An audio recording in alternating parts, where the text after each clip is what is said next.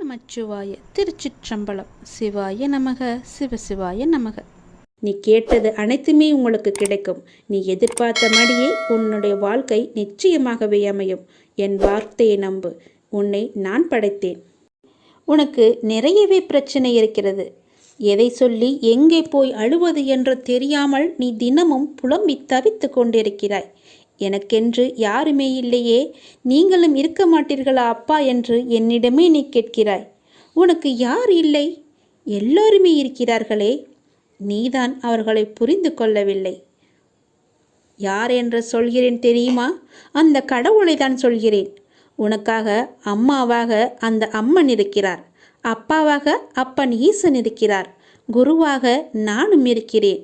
உனக்காக எல்லோருமே இருக்கும்போது, உனக்காக அந்த கடவுள்களே இருக்கும்போது நீ ஏன் எனக்கு யாருமே இல்லை என்று சொல்கிறாய்? உன் கவலையை போக்க அந்த படைத்த இறைவன் எங்களுக்கு தெரியாதா? உன் பிரச்சனை என்ன என்பது எங்களுக்கு தெரியாதா? உன் பிரச்சனையை கேட்பதற்கு எவரும் இல்லை என்று நீ கவலைப்படாதே.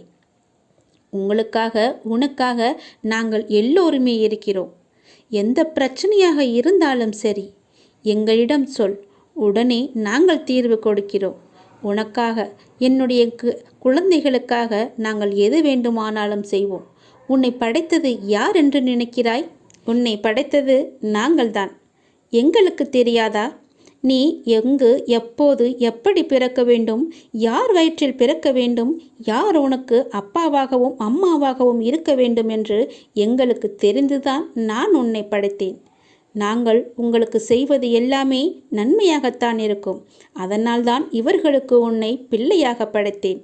இப்போது நடந்தது, இதற்கு முன்பு நடந்தது, இனிமேல் நடக்கப் போவது எல்லாமே எங்களுக்கு தெரிந்துதான் நடக்கிறது என்பதை நீ ஏன் மறந்துவிட்டாய்?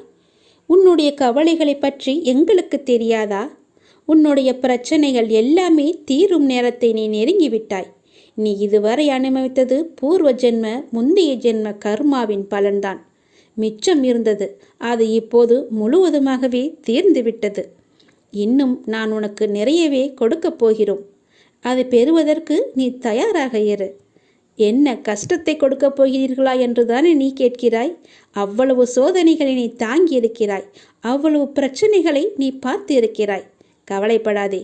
இனி வருவது உனக்கு பிரச்சனை அல்ல, உனக்கு கவலையும் அல்ல, உனக்கு சந்தோஷம்தான். உன்னுடைய பிரச்சனைகள் எல்லாமே முடிந்து விட்டது. அதற்கு தீர்வும் நீ கண்டுவிட்டாய். இனி நடக்கப் போவது எல்லாமே உனக்கு ஜெயமாகவே இருக்கும், சந்தோஷமாகவே இருக்கும்.